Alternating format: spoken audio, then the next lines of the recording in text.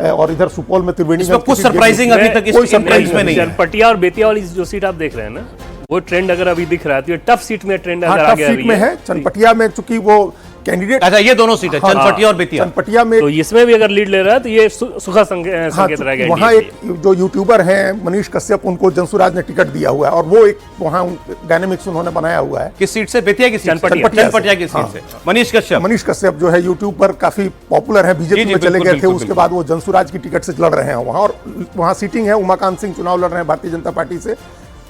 Bettiah seat Renu Devi की है। JDU की एक ही सीट दिख रही है इसमें, शिवहर की सीट, दो माफ कीजिएगा, शिवहर और त्रिवेणीगंज सुपौल की। हाँ, तो ये दोनों सीटिंग सीटें हैं उनकी, और ये इसमें अभी तक कोई सरप्राइजिंग यहाँ नहीं आ रहा है। ये जोकीहाट में जो जेएसपी के आगे चल रहे हैं, ये सीटिंग है एमआईएम से थे, अभी लड़ रहे हैं जनसुराज से, तो इसलिए अभी तो वो जो जहां से लड़ा है जीता है वही अभी इस ट्रेंड में तो वही दिख रहा है। तो यहाँ इस सीट पर आपको प्रबल दावेदार अब क्या जेएसपी के यही दिखाई दे रहे हैं? अभी हम लोग बात कर रहे थे कि इनके प्रति थोड़ी सहानुभूति है, छोटे भाई हैं, ये सिटिंग रहे हैं और इस बार लड़ रहे हैं। मतलब महागठबंधन वर्सेस जनसुराज हो रहा है क्या इस सीट पर?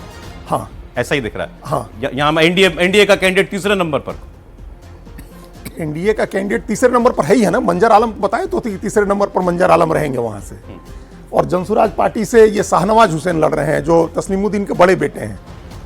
मैं आपसे वही पूछ रहा हूं, मतलब वो दोनों भाइयों की लड़ाई है। अच्छा, इस लड़ाई में एनडीए जो है पीछे ही रहने वाला, अभी तक पीछे रहने वाला था। अगर हो सकता है कि थोड़ी देर में ट्रेंड बदले, अगर दोनों भाइयों की लड़ाई में ऐसा हो और उनके साथ वोट पोलराइज हो, जो हिंदू 30% वोट है, अगर वो पोलराइज होता है तो क्या पता कुछ चीजें बदले। अभी तो यही जीते ही आगे दिख रहा है। हम लोग को किशनगंज और कोचा धामन पे है कि अगर वोटों में बिखराव हुआ तो किशनगंज, जबकि किशनगंज में मुस्लिम वोट लगभग 70% के आसपास, हाँ, और बावजूद इसके इन दोनों जगह पे वो उम्मीद कर रहे हैं कि अगर पिछली बार हुआ वहीं स्वीटी सिंह ही लड़ रही हैं, और पिछली बार स्वीटी सिंह बहुत कम वोट से हारी थी, मतलब कोई 2000 वोट से हारी थी वहां। इस बार इन दोनों सीट पे वो लोग उम्मीद कर रहे हैं।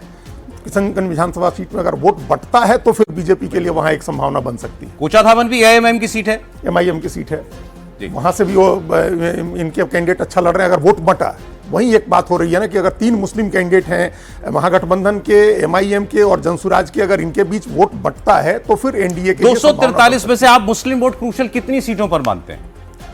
है 50 सीट ऐसी, 40 सीटें ऐसी हैं, 20 सीटें तो ऐसी हैं जहां आबादी 50% से ज्यादा है और वो बहुत ही डिसाइसिव है। उसके अलावा 20 सीटें ऐसी हैं जहां 20% से ज्यादा आबादी है, 20 से 25% से ज्यादा आबादी है। तो 40 सीटें ऐसी हैं जहां बहुत ही निर्णायक मुसलमान